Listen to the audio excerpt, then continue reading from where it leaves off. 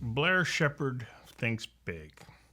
And from his vantage point, he says there are only 10 years to midnight, which is the title of his book that addresses four urgent global crises and the strategies needed to solve them. It is not a book he wanted to write.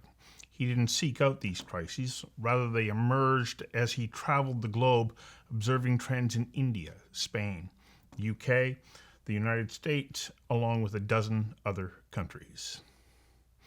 Sheppard is the former dean of the business school at Duke University and the global head of strategy and leadership at PricewaterhouseCoopers. He's an optimist by nature, and he's worried about our collective future. The reason he's concerned is the scope of the challenges the world faces and the big thinking that is needed to address them by people with the power to make the necessary changes. We invited Blair Sheppard to join us for a conversation that matters about the major issues facing us all and the insights, strategies, and courage needed to address them. Conversations That Matter is a partner program of the Center for Dialogue at Simon Fraser University. The production of this program is made possible thanks to the following and viewers like you. Please become a patron at conversationsthatmatter.tv. Blair Sheppard, welcome to Conversations That Matter. You have a very interesting book that you published, 10 Years to Midnight. It is not an optimistic view of the future. What I find interesting is I see you as an optimist. You must have had a hard time accepting these concepts and issues that are the focus of your book.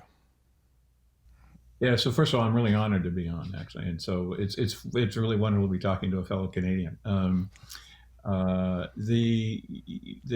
We came to the answer really quite unhappily, right? I mean, it started harmlessly. We were just trying to say, is our strategy resilient, right? And then what came up is the same pattern came up again and again, which is we have a problem now. It gets worse next year, and if we don't deal with it in 10 years, it's a really serious issue. And it's systemic, and therefore it's hard to change, right? And that pattern just replicated. And so, I hadn't written in 20 years, and I intended to be invisible. My goal at PwC is to support other people, right, in being successful. And we just had to tell the story because it's a story we can solve, but we got to get to it really fast. Yeah, you say this isn't something that we need to be addressing in 10 years. You say we need to be addressing these issues now and solving them within 10 years. These are big, complex challenges you bring up. I like your acronym ADAPT as a platform that speaks to the pressing need to adapt strategies and policies and how that forms the platform of your thesis. So let's start with the letter A, which represents asymmetry, and in particular, the asymmetrical distribution of wealth. Why is this such an important starting point? Well, it's actually three kinds of asymmetry simultaneously, right? Three kinds of disparity. So the first one is actually the growing disparity between wealth and income generators and between income generators themselves, right? So that's between individuals. And it's concentrating in a way that just is really unhealthy.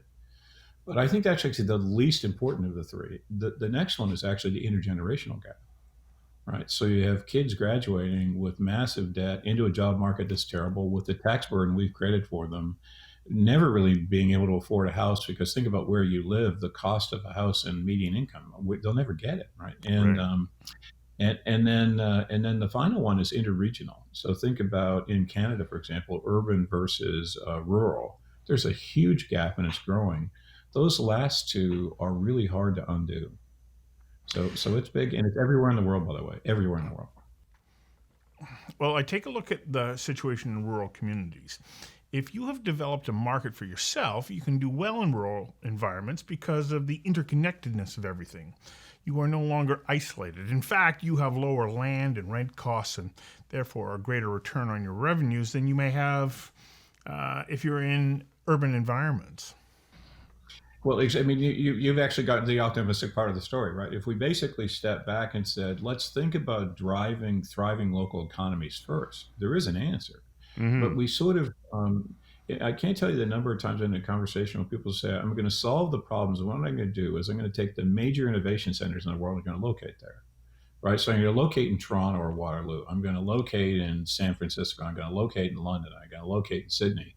and then they forget the rest of the world. And so there's this kind of mental model of globalization that says we all need to be Barcelona, right? And we shouldn't all be Barcelona. Mm-hmm. But if we turned it on its head, like you said, and said, what about, couldn't we create thriving rural communities? Of course we could. But one quick example, in if you go 150 miles north of Helsinki, almost every village there, the median age is 59 to 60. Mm-hmm. There's no attorney, no doctor, no theater, one grocery store, and one bank branch. And you say, well, just leave and go to Helsinki. Well, it turns out the housing values have been so destroyed that they can't realize enough money to live there. So they're stuck in a terrible place. Easy, and they're beautiful places, by the way. It's Yeah. like the places in the mountains in Vancouver, in British Columbia, and in Muskoka. They're beautiful, but they're just dying. I also think about this asymmetrical relationship with technology. There are those who are prospering from it, and there are those who are completely outside of that economic environment that has created extraordinary wealth. Yeah, yeah. So the interesting issue there is Apple traded at the FTSE 100 plus $500 billion 2 weeks ago. Wow. That's incredible concentration of Right. wealth, right? All of the British stock exchange was $500 billion in one company, right? And it tends to be located in a place, and the wealth tends to concentrate in that place, right? So platforms have created ridiculous wealth concentration, right? They don't have to, by the way. You actually articulated an example of why they don't have to. We could use platforms to distribute activity, but we've used them to concentrate, right? Yeah. And it's as bad as the moguls in India, right? We're seeing right now, and that's not sustainable. Geordie Rose, the brain behind the quantum computing company D-Wave in Vancouver, he's left that and now moved on to address the development of humanoid artificial intelligence. And while doing so, he openly worries about the impact of AI on human beings who will be displaced as a result. He says to address the myriad issues that such a workforce displacement will create is to develop an ambitious AI tax that provides governments with the resources needed to support an out of work population. Yeah, it will actually. I mean, so there are these three challenges with technology going forward. This particular technology, which is economic. You described a concentration of wealth and job loss, right? And it's really challenging because the people are going to lose a job around the world actually have pretty serious personal debt, and so they're going to try to find a job while indebted, which is really hard. Right? Second challenge is social, right? So that kids are committing suicide at a higher rate. There's lots of reasons, not just Mm-hmm. social media, but it's one. And then the third one is the one you went to, which is as AI comes on board, it accelerates that, and it's invisible to see what it's doing, right? So it's a double problem. In your ADAPT acronym framework, the D stands for disruption, and this is what we're talking about. We see various forces at work that are disrupting the way we have functioned over the past 70 to 80 years post Second World War. Now, many of those systems, organizations, and institutions are no longer meeting larger societal challenges. If we continue in this direction, the disruption can lead to a revolution, which I think is a horrible response to disruption. Yeah, we're losing faith in institutions, right? Right. And the primary reason is the institutions aren't keeping up with the pace of change that's happening in the world, and therefore they're not supporting us the way they need to. Right? And when we lose faith in institutions, really bad things happen. I think you're right. Revolution is one of them, right? And I think so. So we have to get to an answer of those three problems really, really quickly. And the cost of revolution is incredibly high, is it not? It's really high. I mean, we are at a point. So if you think about the trust in institutions that exist today, we're at a point where the Harvard School was saying we're on the edge of revolution, right? And Hmm. if you study history, good things don't happen when that occurs. Society goes into a really bad place for a long period of time, and I'd rather we didn't do that this round. Do you think, as far as mindset is concerned, there is still a Malthusian philosophy of limited supply? And so, therefore, I get to win if you lose. It's the only way I can get what I want. Or do you believe that we're moving to a more egalitarian view rooted in the idea that with expanded opportunity, there is then abundance and we can all prosper? Or are we caught somewhere between those two theories? Yeah, I think we are, and I think there's sort of three places where that plays, right? So one of them is international relations. The world's fracturing, right? Mm-hmm. And one of the ways you could look at it is say, isn't it wonderful we're running all these experiments to find out what the next version of a good political economy should be? That's the way I actually look at it personally. I used to compete as an athlete, and I hated the person I was competing with in the moment I was competing, but I loved them after because they made me better, right? They just make you Right. better. So China will make the U.S. better. The U.S. will make China better. So compete healthily, right? That's one. The second one is this issue about technology. It's kind of winner take all, and if we could reframe it as let's make this inclusive, we'd be way better off. And the third one is I do think this one will force us to realize we're interdependent, which is the climate actually is a limited resource, and we're destroying it, right? Mm-hmm. And so that's one where I think by understanding that it is kind of a zero sum game with nature, we might bring ourselves together and be more cooperative in the other things we have to do. Right. We can all get wealthy. We don't have to restrict wealth. I believe that to be true. Aristotle pointed out a couple of thousand years ago the failure of one individual to realize their full potential is a loss to all of society. I'll tell you a bizarre example of that, by the way, which is I was friends of the son of a person who was a mafia down in a town not too far from where I lived. And I didn't know this until college. And I went back and said to him, I have a question for you. I said, so are you who I think you are? And he said, you don't want me to answer that question, Blair. I said, can I ask another question? He said, sure. He said, you're the best citizen this town has. How can you be who you are and be a great citizen? And his answer was pretty interesting. He said, you don't want to be who I am in a city that's not thriving. Ah. So even he understood the thing you said, right? Which is we're all better off when everyone's better off, right? And Right. so let's think about a system where GDP, it's not just growth in GDP, it's a dispersion of success across the country as well as general growth. It's both things. Next up, the second A, age. And this is a big, big issue, especially when we look at the makeup of population around the world. The disparity between northern hemispheric countries versus southern hemispheric countries. We look at what is happening in Asia. China has a one-child policy, or it did, and that became the cultural norm. And despite the fact that the law has been changed, young couples are choosing to have only one child because that is what they know. So 40 years from now, China will be hit with a significant population reduction.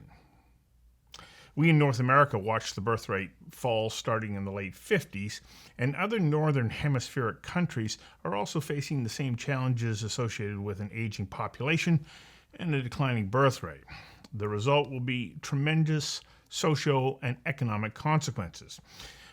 So given all of that, how do we collectively come together to address this issue? Because it's a really big global challenge. It extends far beyond any one border.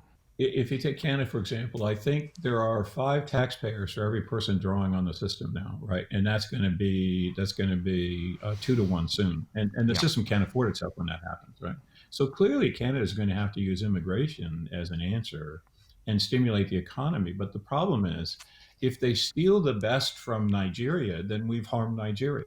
Right. So I think the important point is we have to simultaneously think about the young countries and how we help them grow and support themselves, and the older country and how we take advantage of some of the talent from those countries. So instead of just stealing the best and the brightest, what if we actually brought them to universities in the West, in the United States, the UK, Canada, for example, educated them and then had them go back and establish and strengthen their own, right? Keep some, but send the rest back. What if we actually held some of the IP in Canada, but actually did the manufacturing or the service production in Africa? And so you can find symbiosis if you thought above the level of the nation state. But if we stay at the nation state level, we'll never solve this collective problem. So what is your concern about how this is going to play out? If we have these aging, declining populations in the north, ballooning young populations in the south, especially in sub-Saharan Africa, where there are emerging economies that are not growing quite fast enough to meet the needs of a baby boom that dwarfs the one in the Americas after the Second World War. So these countries don't have the infrastructure to support their needs, and without being paternalistic in our efforts to work with these countries, what do we do to work in harmony with a world that is upside down when it comes to age and population distribution?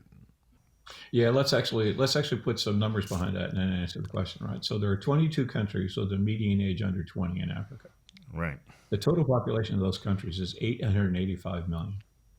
So there's an average of those about 18 and a half, right? So a half a billion kids need an education and a job in the next decade. That's why it's 10 years, right? It turns out under the present system, I don't see that happening. So we kind of have to, and what really worries me is that Africa, in some parts, is thinking about replicating the Chinese model for how to grow. And the problem is that actually the West isn't buying anymore, right? And they're competing with AI and robots, so that can't be the answer. So we have to help Africa create its own solution for how it creates thriving local economies that work with each other and then compete globally. But first, thriving local economies, and do that in a decade, right? And I think what Yeah. we have to bring money, I, intellectual power, but support them in their own success, not impose ideas. I think that is fundamental. Now, under the letter P in ADAPT, that stands for polarization, which is growing, especially in northern hemisphere countries. So, knowing we need to work with emerging nations, and at the same time we have a waning interest in doing that, I see we are facing a challenge in the collective development of ideas that will meet the needs of everyone. And I mean that globally, because this is an issue that every country has to come to grips with. And so we need to be very careful not to show up with the solution. Rather, we have to develop it together. More harm was done in the name of the liberal ideal than you can ever imagine because we imposed our views on places where they don't work. Mm-hmm. We have to let them solve their own problems, but help, because they clearly need money, they clearly need intellectual resources, they clearly need other resources, but let it come from them, not be imposed from above. That's the only way that it is sustainable from my perspective. Yep.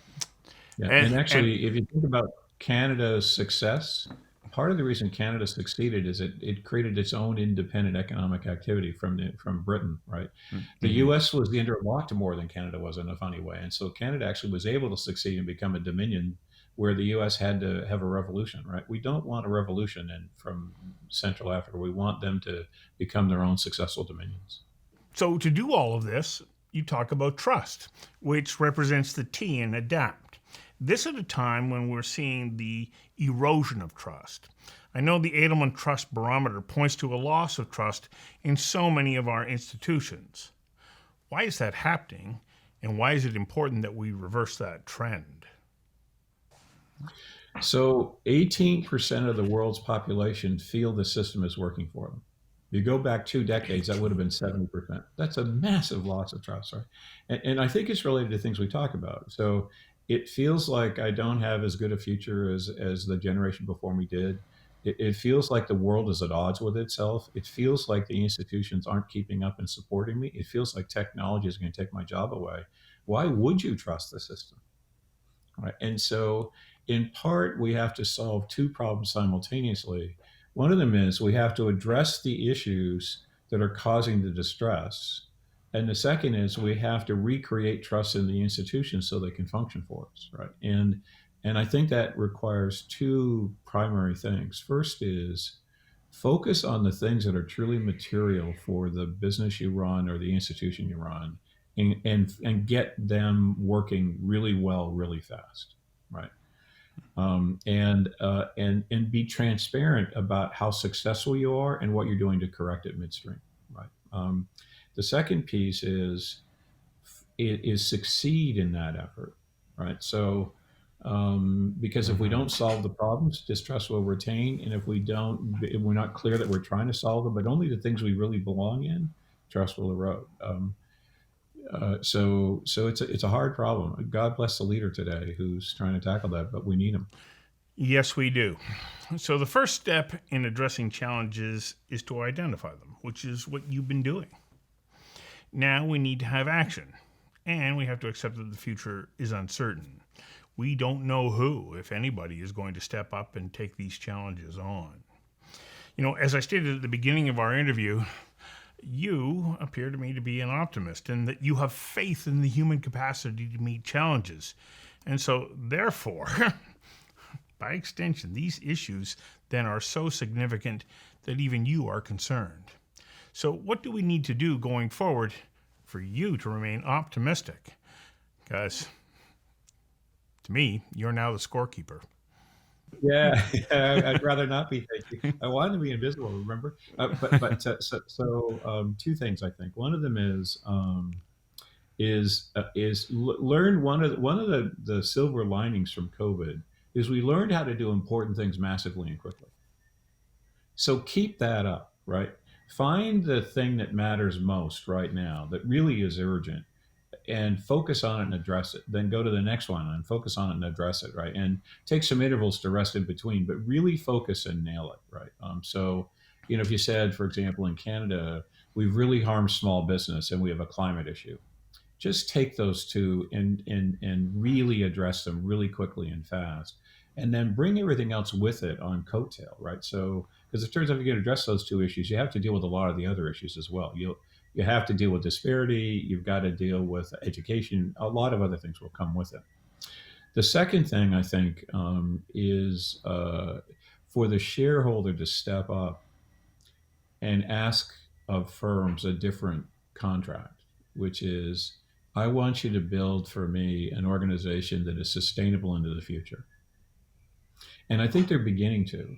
Yes. So most shareholders are either pension funds or families that have so much money they're thinking hundreds of years, right? Or sovereign wealth funds. Most shares are held by those three groups, and all three of them have a reason to care about sustainable success, not short-term success. So redefine what they mean by success in the client, which is, I want preserved value. And if we do those two things, so there's pressure into businesses to do what we need to do, and there's support and pressure from civil society and government to do what they do, which is focus. And then I think the third one is actually bring the two together and let's have some public-private solutions. If those three things happen, I'm optimistic. I'd love to have you back for a follow-up conversation to see how we're doing in rising to meet these challenges that threaten our world. I'd be delighted. This was an enjoyable conversation. I'd be delighted to come back. Great. Thank you very much for joining us.